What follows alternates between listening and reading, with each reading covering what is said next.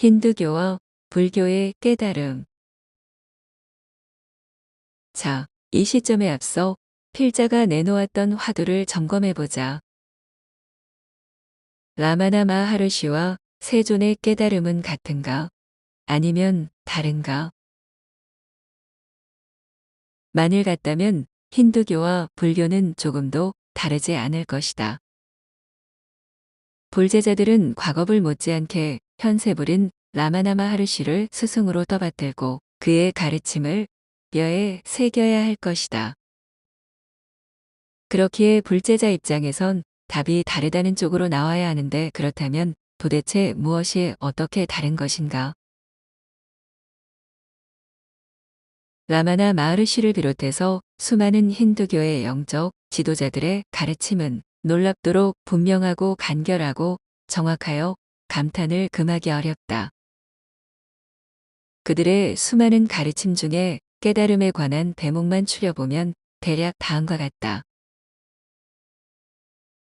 참된 깨달음이란 나라는 자성이 없어 무아이지만 그렇다고 나가 없는 것이 아니다. 이것은 나의 본성이 있어 진아이지만 그렇다고 나가 있는 것이 아니다. 이것은 나와 너가 불이이지만 그렇다고 그 둘이 같은 것이 아니다. 이것은 일체에 머무름이 없지만 그렇다고 머무름이 없는 것이 아니다. 이것은 당신이 알고 있는 모든 법과理가 통하면서도 일체 성립하지 않는다. 이것이 바로 참된 자아, 즉 본성의 경지이다.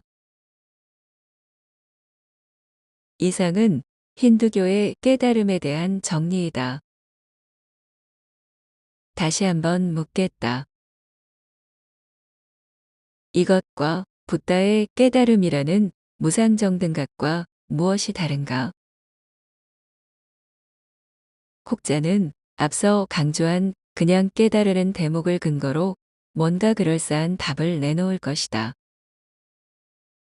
아마 세존의 깨달음은 그냥 저절로 이루어진 것이며, 그렇게 해서 성취한 무상정등각은 원인 없이 그냥 존재하며 이유 없이 그냥 창조하며 분별 없이 그냥 감상하는 참된 존재 그 자체이다라고 말할 수 있겠다. 그런데 그렇게 말하는 것과 앞서 언급한 힌두교의 깨달음이 도대체 무슨 차이가 있다는 것인가? 단어의 선택과 배열의 구분이 있을 뿐이지 내용에서는 뚜렷한 차이를 찾아볼 수 없다. 당신이 그 차이를 안다면 깨달음이 열린다. 행여 깨달음이 열리지 않는다 하여도 깨달음의 문고리만은 확실히 쥐게 된다. 힌두교의 깨달음과 불교의 깨달음의 차이. 이것이 묻화두의 백미이다. 이것을 확실히 풀려면 당신은 5차원 의식에서 내려다보지 않으면 안 된다. 그것이 힘들다면 적어도 5차원 의식의 한 갈래라도 잡아야 한다. 이 화두에 필적할 만한 것이 하나 더 있다. 다음에 사지선다에서 답을 찾고 그것을 증명해보는 화두이다. 1. 소승불교. 연기에 의한 무아론. 만물은 연기에 의해 변화하고 실체가 없어 무아이다. 2. 힌두교. 몽환에 의한 진화론. 만물은 실존의 꿈이며 실제하는 건 참된 자아뿐이다. 3. 대승불교. 연기에 의한 진화론. 만물은 연기에 의해 변화하고 실체가 없지만 그 바탕에 있는 신만은 상주불변한다. 4. 과학. 물리법칙에 의한 유물론. 심이나 신, 진화 같은 것은 인간이 영존하고 싶은 욕구에서 꾸며낸 것이다. 존재하는 것은 물질밖에 없다. 무엇이 정답일까? 인류의 수행사는 결국 이상의 사지선 다형의 문제에 국한되어 있다. 이 화두 역시 5차원 의식에서 보지 않으면 답을 풀 수 없다. 낮은 차원에선 보는 각도에 따라 답이 달라지기에 다툼이 일어나는 것은 어쩔 수가 없다. 수천 년 동안 결론을 내리지 못하고 여전히 논쟁 속에 있는 이유가 바로 이 때문이다.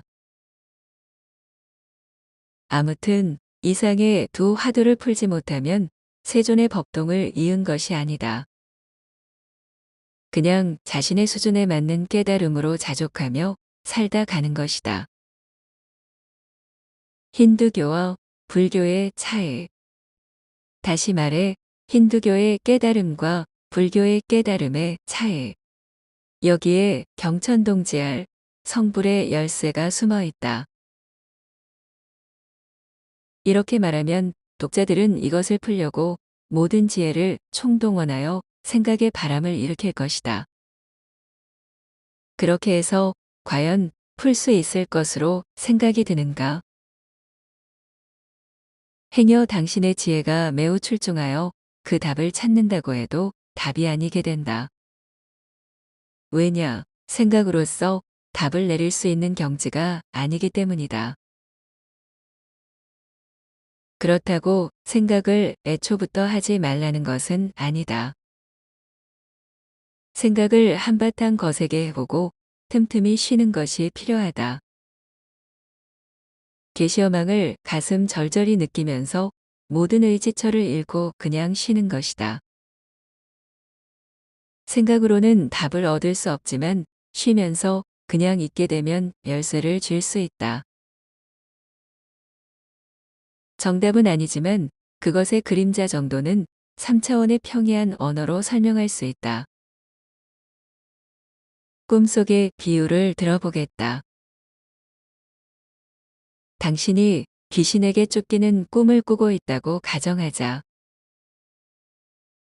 심한 공포심에 의해 괴로운 상태이다. 그러다가 어느 순간 꿈이 사라졌다. 꿈이 없는 상태가 얼마 동안 지속되다가 다시 귀신의 꿈이 이어진다. 이때 당신이 꿈이 없는 상태를 떠올려 귀신의 꿈을 희석시키면 공포심이 잦아들면서 어느 정도 마음의 평정을 찾게 된다. 그러다 어느 순간 귀신의 꿈이 한낱 꿈에 불과하다는 사실이 알아졌다. 자각몽의 상태가 된 것이다.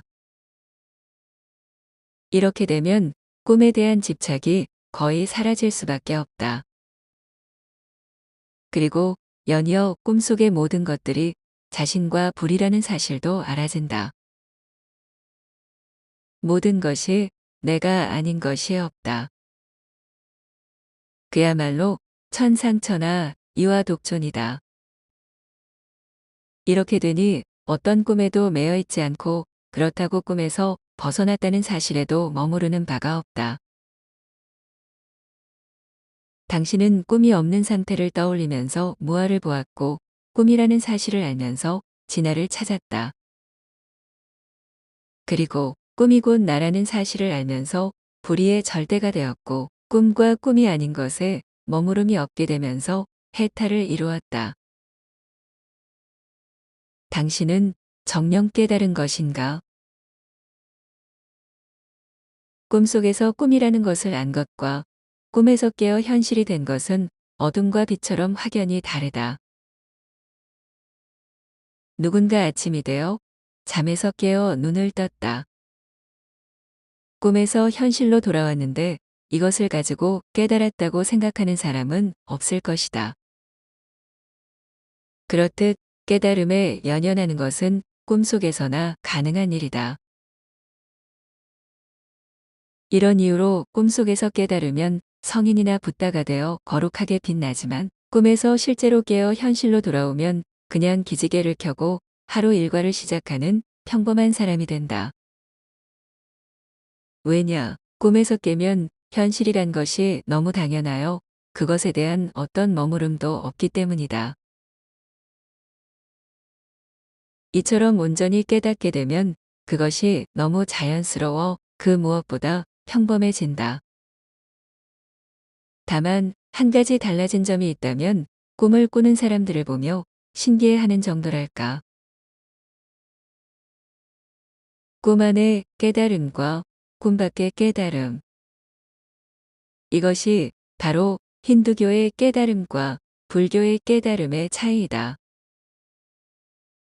전자는 특출나고 위대하고 거룩하지만 후자는 평범하고 무난하고 담백하다.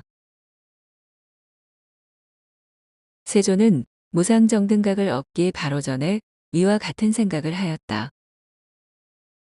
돌이켜보면 이 생각이 그가 종생으로 있으면서 일으킨 마지막 생각인 것 같다. 이렇게 자신이 그동안 걸어온 수행의 발자취를 상기한 뒤 일체의 의지처를 잃고 그냥 있게 된다.